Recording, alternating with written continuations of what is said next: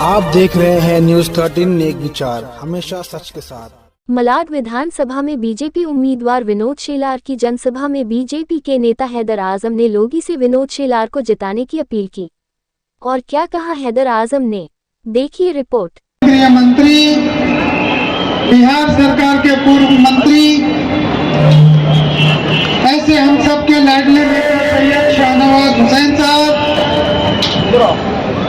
मंच पे मौजूद भारतीय जनता पार्टी मुंबई के सचिव यूनुस खान साहब,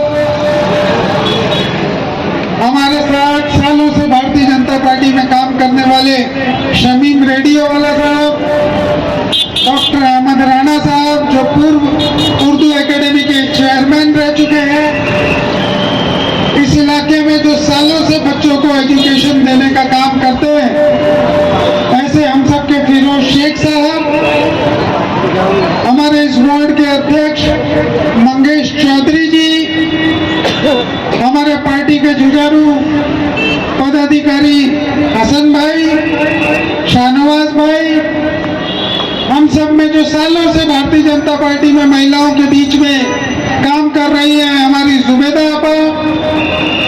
वैसे तो मैं सबका नाम ले सकता हूं, लेकिन नाम लेने में काफी समय चला जाएगा, इसलिए माफी के साथ, क्योंकि हम सबको शाहनवाज जी को भी सुनना है और अभी 5-10 मिनट में विनोद शेलार जी भी यहाँ आ रहे हैं तो उनको भी सुनना है।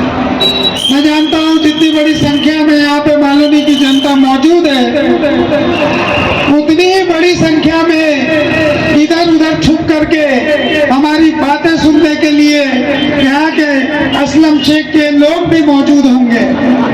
मैं चाहता हूँ कि छुप के बात ना सुने, आप सामने आकर के हमारी बातें सुने, क्योंकि हम लोग जो बातें करने जाने वाले हैं, हम जो बात बोलने वाले हैं, उसमें सिर्फ मालोनी, मलाड और मुंबई के भलाई की बात करने वाले हैं।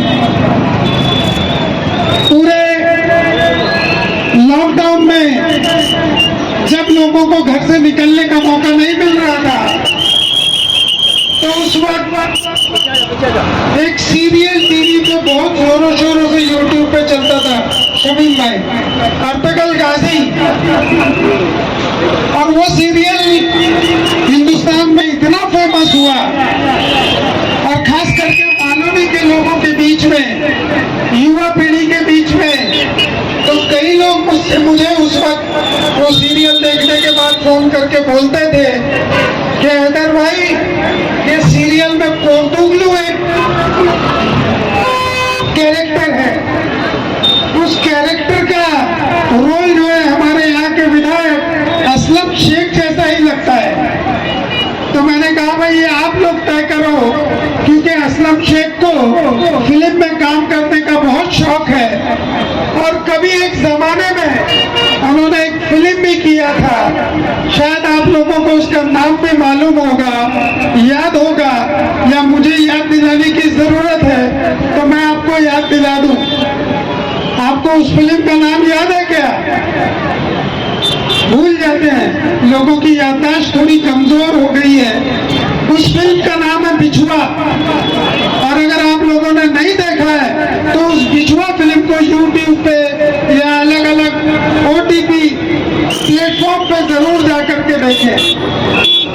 फिल्म का नाम बिछुआ है, लेकिन उसमें जो हमारे असलम शेख का कैरेक्टर है वो एक दलाल का कैरेक्टर है, और यही राजनीति में उसने पूरे 20 साल में दलाली करने का काम किया है, मालोनी के लोगों को बर्बाद करने का काम किया है। अभी हमारे इब्राहिम भाई ने आपको तफसील में बताया, यूनुस भाई ने बताया, और किसी को बताने की क्या जरूरत है। यहाँ बैठी आवाम मालवनी की रोज इस चीज को भुगत रही है सालों साल से। असलम शेख और उसके दलाल अगर एक ईंट आप अपना घर बनाने के लिए रख दो तो तुरंत उनके दलाल आ जाते हैं और आपसे हफ्ता वसूली का काम करते हैं। आपके यहाँ ना तो कोई तरक्की का काम हुआ है, ना कोई डेवलपमेंट का काम हुआ है। वर्षों से एक हॉस्पिटल था, उसको भी बना करके ऐसे ही छोड़ दिया गया। इतनी बड़ी तादाद में मेरी माँ बहनें बैठी हुई है, क्या मालूम में एक भी मैटरनिटी हॉस्पिटल पिछले पिछले 20 सालों में बना है क्या? आज हमारी माँ बहनों को मैटरनिटी हॉस्पिटल जाने के लिए सूचक जाना पड़ता है, जोगेश्वरी जाना पड़ता है, अंधेरी जाना पड़ता है। हमारे बच्चों के लिए कोई अच्छा कॉलेज नहीं बनाया गया है। आज बच्चों को अच्छी एजुकेशन लेने के लिए मलाड से बाहर निकल करके जाना पड़ता है। लोग कहते हैं कि मलाड में मालवनी का कोई डेवलपमेंट नहीं हुआ है। ये बात तो सब कहते हैं, लेकिन मेरा मानना है कि मलाड और मालवनी में सिर्फ एक आदमी का डेवलपमेंट हुआ है, वो है असलम शेख और उसके कार्यकर्ताओं का डेवलपमेंट। अब वो डेवलपमेंट कैसे हुआ है?